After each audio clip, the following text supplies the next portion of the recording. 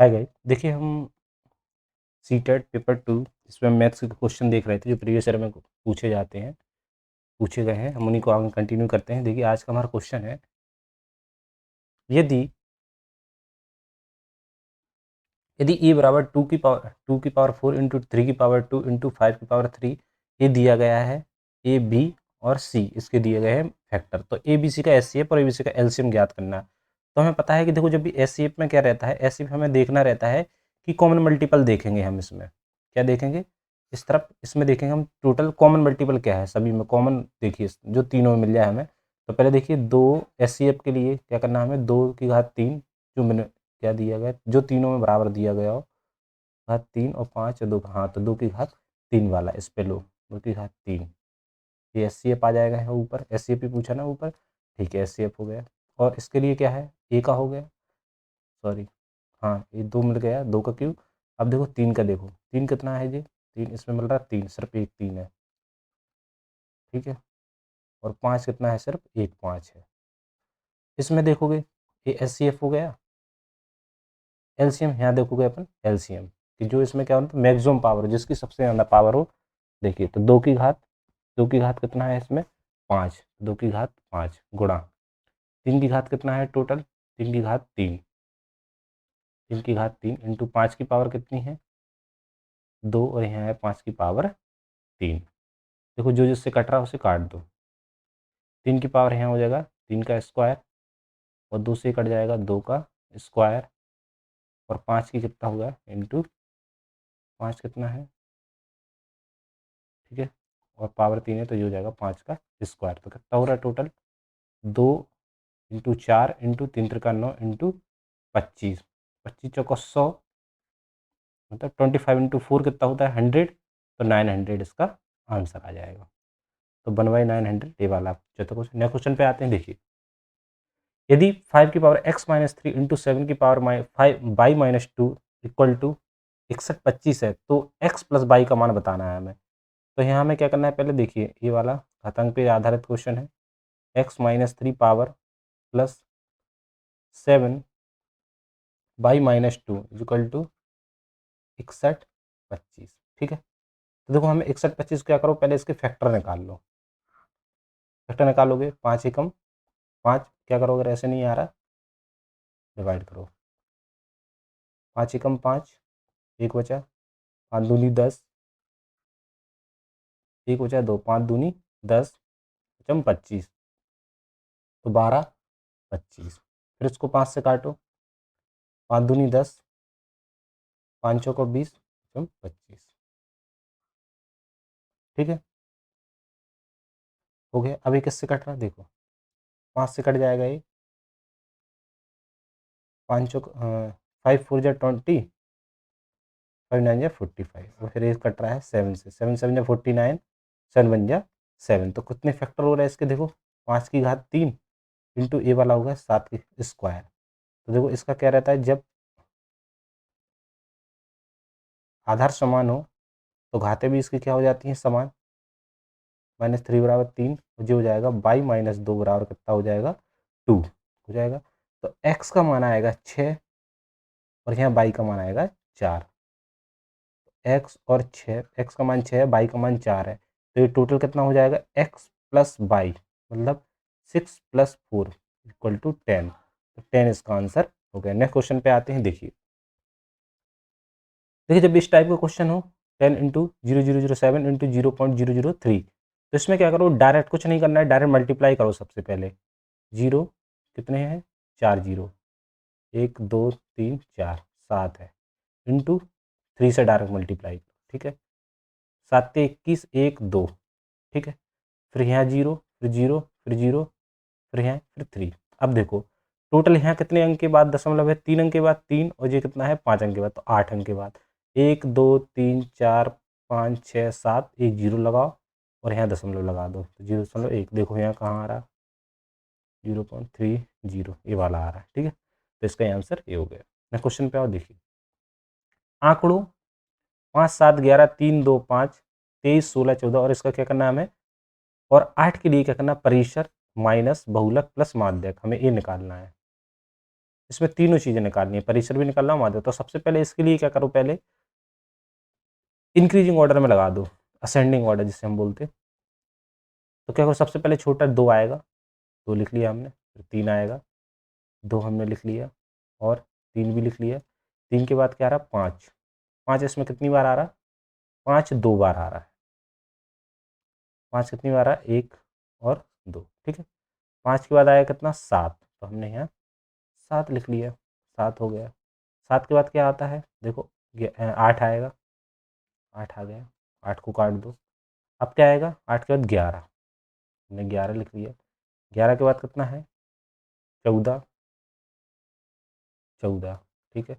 14 के बाद 16, तो हमने 14 भी ले लिया, 16 भी ले लिया। अब कितना बचा, 23, ओनली यहाँ बचा 23, ठीक है। ये हो गया क्लियर। अब देखो परिसर क्या बोलते हैं, देखो पहले सुनो कितने हो रहा है जी, 1 2 3 4 5 6 7 8 9 10, 10 है। 1 2 3 4 5 6 7 8 9 10, 10 है, ठीक है। परिसर हम वो बोलते हैं जो, परिसर निकालो सबसे पहले। परिसर क्या होता है, उच्चतम मान, मतलब जो अधिकतम मान में से छोटा मान घटा दो। 23 माइनस 2 कितना बचा है, 21, ठीक है। अब बहुलक क्या होता है, जिसकी बारंबारता बार बार आ रही हो, जो बार बार, जो सबसे ज़्यादा बार आ रहा हो। 5 कितनी बार है, 2 बार, तो इसका बहुलक कितना हो जाएगा, 5। माध्यक क्या होता है, बीच का देखो, माध्यक 10 है, तो 5 5 करोगे तो कुछ बच रहा नहीं, 4 4 हटाओ यहाँ से, 4 ये हो गए, 4 पीछे से हटाओ, क्लियर। 7 और 8 कितना हो गया, 7 + 8/2, कितना, 15, 15/2, क्लियर है। मतलब 7.5 कितना आएगा, 7.5। अब देखो इसको फॉर्मूला लगाओ, परिसर माइनस बहुलक प्लस माध्यक।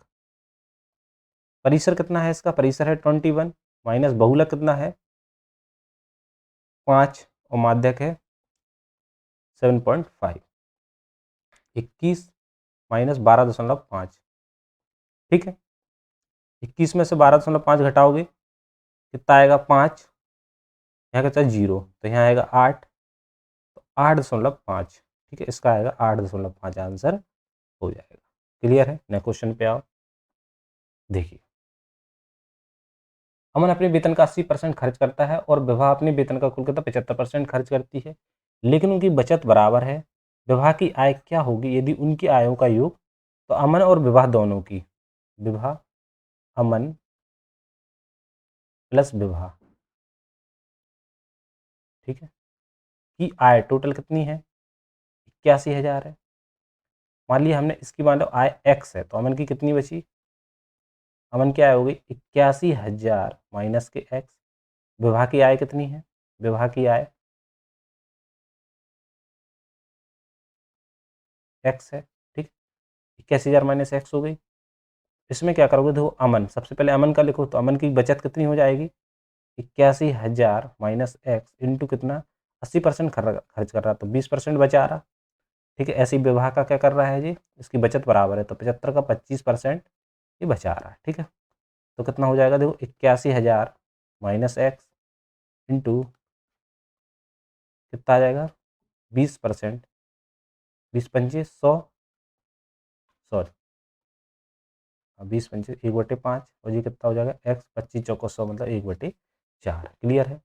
तो देखो इसको क्या करो, इसको मल्टीप्लाई कर दो, 81,000 इंटू 1/5, जो हो जाएगा, जो हो जाएगा x/4 है ही रहेगा, और जो इसका मल्टीप्लाई होगा तो जो हो जाएगा x/5 नीचे हो जाएगा, क्लियर।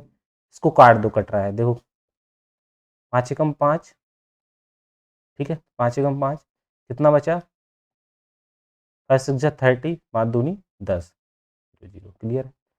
तो इक्वल टू कितना हो गया, 5 चौको 20, तो 4, तो ये हो जाएगा 5x प्लस 4x, कितना हो जाएगा, ये हो जाएगा 9x/20, और ये कितना हो रहा है, देखो सही आ रहा है ना, 16200 इंटू 5, 0 0, 5 दूनी 10, 1 6 पंजे 30, 31, 3 5 3 8, बिल्कुल सही आ रहा है, ठीक है।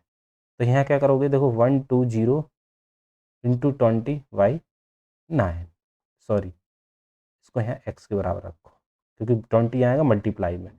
कट रहा है किसी से, तो ये कट रहा है क्या, देखो 3 पंचे 15, 3 पंजे 15,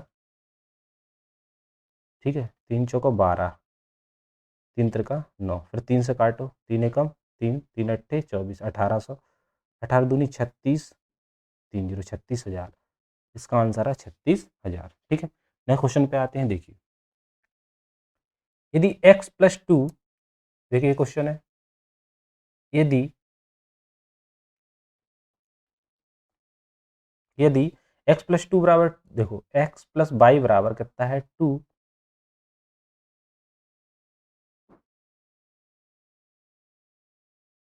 देखो x क्या है, x प्लस वाई बराबर कितना है 2, एक्स वाई बराबर कितना है, एक्स वाई बराबर है 3/4।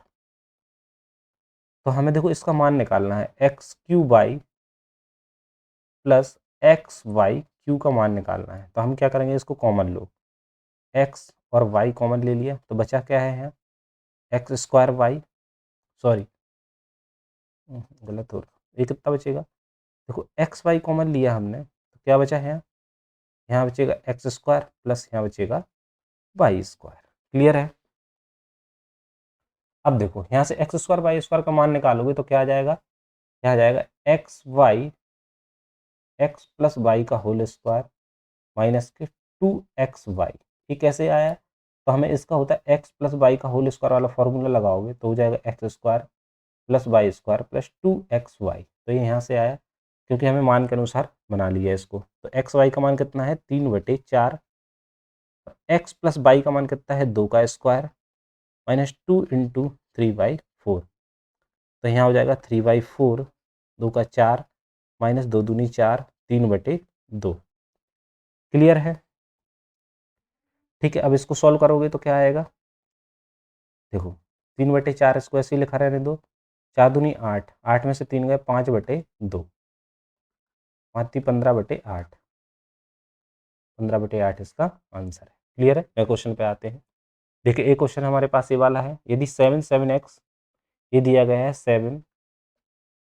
7x माइनस 30, सॉरी माइनस 5, और ये हो गया 8, 4x प्लस 2, कितना हो जाएगा, 4 4 या 49, x माइनस के 35, ये कितना हो जाएगा, 8 चौको 32x प्लस 8 दूनी 16, तो 49x में से यहाँ माइनस के 32x जाएंगे, 16 प्लस 35 कितना हो गया, 3 4 5 51 हो गया, और जी कितना हो जाएगा, मतलब 7 और 1 17, तो ये आ जाएगा 17 × 3 51, 3, एक्स का मान आ जाएगा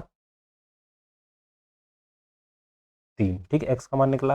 अब इसकी जगह पर रख दो 3x प्लस 1 y2, तो 3 3 त्रिका 9 प्लस 1 y2, 10/2 मतलब 2 5 आ गया।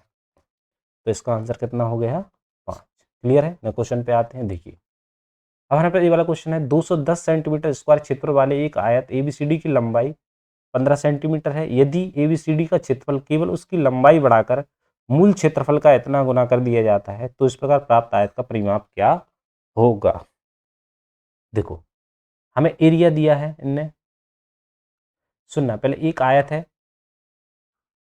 ठीक है, आयत की लंबाई इन्होंने हमें दी है, आयत की लंबाई कितनी दी है इनने, लंबाई दी है 15 सेंटीमीटर, ए बी और ये सी और डी इसकी 15 लंबाई थी। ठीक है,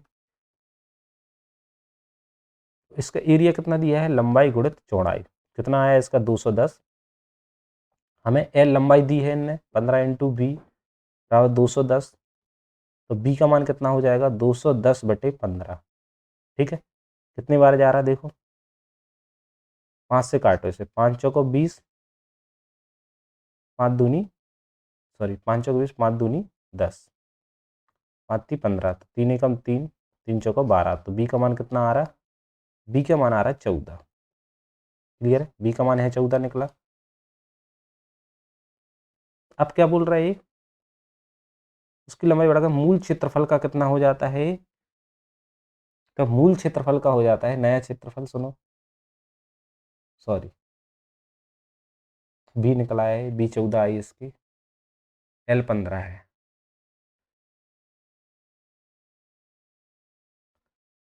तो ये क्या हो रहा है, देखो मूल क्षेत्रफल का मतलब 210 गुणा 7/3, 3×7=21, जो होगा 490। ये मूल क्षेत्रफल का नया क्षेत्रफल निकला, नया क्षेत्रफल, ठीक है 490। तो ये क्या हो जाएगा, देखो L/V, यहाँ से L/V हो जाएगा 490। तो यहाँ से B का मान कितना है, L, B कितना है 14 × 14 बराबर 490। तो यहाँ से L का मान निकलेगा 490/14, ठीक है 7 7 या 7 दूनी 14, जब आएगा 35। तो यहाँ L का मान आ गया 35। तो ये क्या करा, परिमाप। तो परिमाप बताओगे, नया परिमाप कैसे बताओगे, आयत का परिमाप 2, आयत का परिमाप,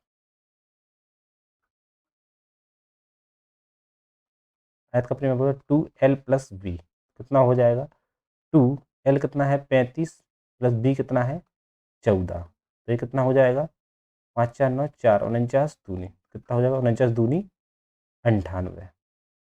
तो इसका 98 सेंटीमीटर आंसर आ जाएगा, ठीक है क्लियर है। देखो नेक्स्ट क्वेश्चन देखते हैं हम। देखिए अगला पेडागोजी पे आधारित है। गणित की पदानुक्रमिक प्रकृति के लिए निम्नलिखित में से कौन सा अति उपयुक्त है। मिडिल स्कूल स्तर पर गणित को सबसे कठिन विषयों में से एक माना जाता है। तो देखो ये तो उपयुक्त हो नहीं सकता, कठिन बोल रहा है, तो ये तो नेगेटिव पॉइंट है हमारा। गणित में संकल्पनाएं एक रेखिक पैटर्न का पालन करती हैं, ये भी ज़्यादा उपयुक्त नहीं लग रहा। अगर व्याकलन और गुणन की संक्रिया को दृढ़ नहीं किया जाएगा तो भाग का परिचय नहीं कराया जा सकता। पूर्णांक को प्रस्तुत करने से पहले भिन्न को प्रस्तुत कर सकते हैं। तो इसमें से देखो ये वाला भी ज़्यादा स्पष्ट नहीं लग रहा, तो इसका आंसर है तीसरा वाला, ठीक है। नेक्स्ट क्वेश्चन पे आते हैं। उच्च प्राथमिक गणित की कक्षाओं में मुक्त महत्व को दिया जाना चाहिए, का महत्व दिया, उच्च प्राथमिक गणित की कक्षाओं में मुख्यतः महत्व दिया जाना चाहिए अभ्यास के लिए अधिक मात्रा में प्रश्न हल करने के लिए देने पर। तो प्रश्न हल वाला जो देते हैं ये भी एक नेगेटिव पॉइंट है, हमें सबसे सही देखना है। गणितीय अवधारणाओं और उनके अनुप्रयोग की समझ बनाने पर, ज्यामिति में उपपत्तियों के अधिगम पर, सूत्रों तो होते ही नहीं है, ये वाला होगा नहीं, ये वाला भी नहीं है। तो इसका आंसर है दूसरा वाला, अवधारणाओं और अनुप्रयोग को समझ बनाने हेतु, ठीक है। आज तक हमारे ये क्वेश्चन थे। Thank you all.